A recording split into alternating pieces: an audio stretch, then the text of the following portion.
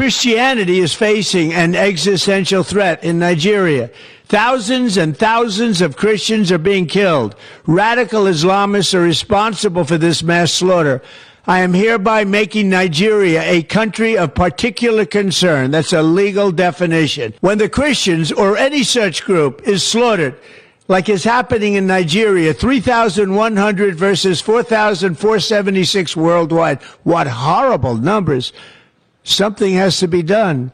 I am asking Congressman Riley Moore, together with Chairman Tom Cole and the House Appropriations Committee, to immediately look into this matter and to report back to me. And I mean, like, immediately.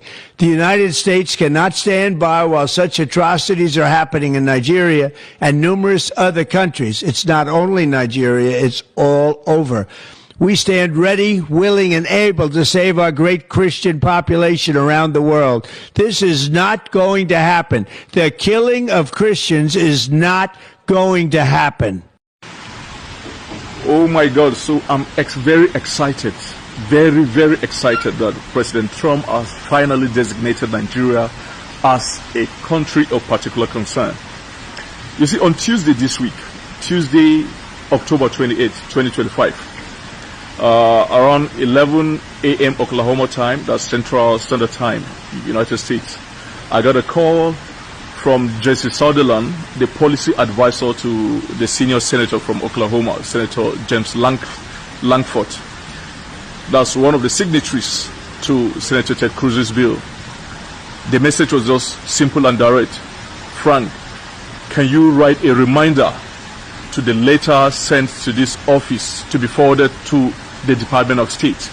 So the Department of State, that is the office of the Secretary of State of the United States, Marco Rubio, was asking for a reminder because they don't want to act so moto. They want to act as a response to a call made by Nigerians.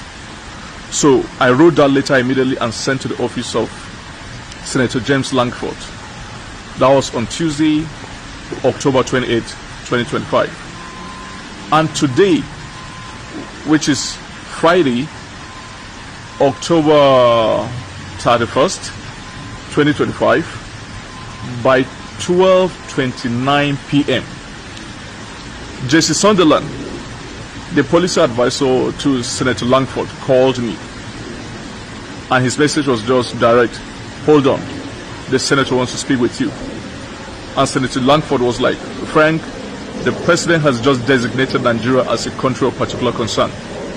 So I want to thank all those Nigerians who have been advocating for this, starting with my bishop, the bishop of the Catholic Diocese of Makurdi, Bishop Anagbe, and all the Reverend Fathers of Benue origin in the United States here, and very particularly to the guys at Equipping the Persecuted, very great man, Judge Saul, who has been there for Nigerian persecuted Christians, the guys at Truth Nigeria, Doug Barton, who himself was a former staff of the State Department, and Mike Arnold, and of course all the senators and the House of Rep members.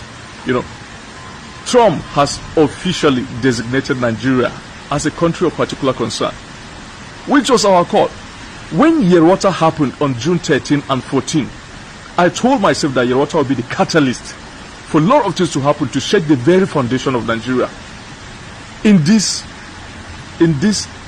the war against terrorism, especially Fulani terrorism and the genocide against Christians in Nigeria. Yerwata served as a catalyst. The killings of 13 and 14. And so I want to say, my kinsmen in their graves, they'll be happy that the world is taking an action over the genocide that has happened. But very importantly, we so much desire this country of particular concern designation because it will change a lot of things. First of all, a lot of people were asking the implications. I've said it in several of my videos. There'll be trade embargo in Nigeria, there'll be arms. They are not doing anything with the arms. They are giving arms to soldiers, and soldiers are just shooting in the sky anytime these Fulani come to kill people. Nigeria have been crying for Tucano all this while. They've given Nigeria the Tucano US, and they've done nothing to stop this. Okay, if you go through Trump's statement very well, he say, I'm hereby designating Nigeria as a country of particular concern. And that is the list of it. Observe that. He say, and that is the list. The list is the designation. The most important thing is what comes on after this designation. These guys have the list of all those guys who are doing this. They will freeze their account. They will place a travel ban on them. They will freeze their assets all over the world. They will go after them.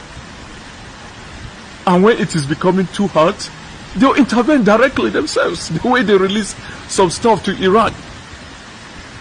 So the way the Air Force base is just right here where the two B-2 Spirit bombers are. It's just right here. And then they will go after their transaction, their financial transaction, because most of those guys, they transact with the American dollars and they transact using Visa card and MasterCard, and so it goes to American financial institutions. They have the names of these people. These people are in the federal government of Nigeria, the sponsors of this Fulani Jihad, the genocide in Nigeria. They are in the state government as governors. They are amongst the traditional institutions, from the top echelon of the Islamic traditional institutions in Nigeria to the Emirates, all the emirs. All these chiefs around in Nasarawa State are also involved. So the United States, so every patriotic Nigeria, those of us who call for this designation as the most patriotic Nigeria, because we want a solution. The solution was at hand and the government could not use it for political correctness, still protecting the sponsors of these killings. So right now with this designation, it is a notice to the entire world that genocide of Christians is happening in Nigeria.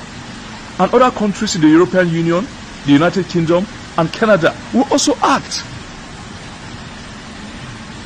So we are very happy with this designation. And right now, after this designation, we are going to continue following this matter to make sure that the other repercussions are put in place. Sanction of these guys, blocking their accounts everywhere, freezing their assets, naming them, and possibly arresting them in some other countries. So we will not relent. We want to thank everybody involved in this. We want to thank all the priests, the pastors, the religious leaders, the political leaders who were able to be brave enough to call for this. And I'll just tell you that, look, the entirety of this designation did not come so moto by President Trump or Ted Cruz just doing it on their own. It came because of our cries. And the cries continues until when the sponsors of this terrorism and genocide are all arrested and put in prison, and then our people are made to return back to their ancestral land and claim their homes and live in peace and worship in peace. That is the list of what we're saying. So when President Trump is saying this is the list, the designation is just the list, there are a lot of things coming. The sponsors should brave up. They should brace us. There are a lot of things coming. This is just the list according to President Trump. Some of us know the list. And finally, you know, these people will be talking in Nigeria. They thought they are deceiving the United States, but they are deceiving themselves. You find these people saying, no, Nigeria, there's nothing like Christian genocide going on. There's peace, there's this, there's that. Look, the United States is the compendium of every intel happening in Nigeria. Everything happening up to your house, those guys have the information. For goodness sake, you are using their technology. You are using the phone. You are using the SIM card that has the chips. You are using electronic passports, e-passports, satellite imageries. You think those of you, the sponsors, you think you make secret calls by making encrypted calls through WhatsApp? They own the WhatsApp. They own the messenger. If you want to use even satellite phones, they own it. They own this technology. They know all these things. So you begin to deceive yourself that, oh no, this is not happening. They know all these things. I've sat down with many of them. I've heard them inform me about Nigeria to the extent that I never knew Nigeria existed that way. So once again, we want to thank President Trump very well. We want to thank everybody involved in this.